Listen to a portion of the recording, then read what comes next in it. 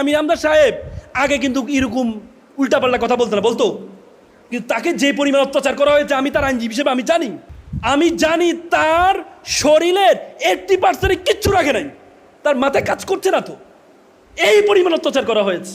নিজে বলে ভুল করে আবার ক্ষমা চাচ্ছে, কেন? অবস্থা নেই তো, এই পরিমাণ অত্যাচার করা হয়েছে, এই পরিমাণ অত্যাচার করা হয়েছে।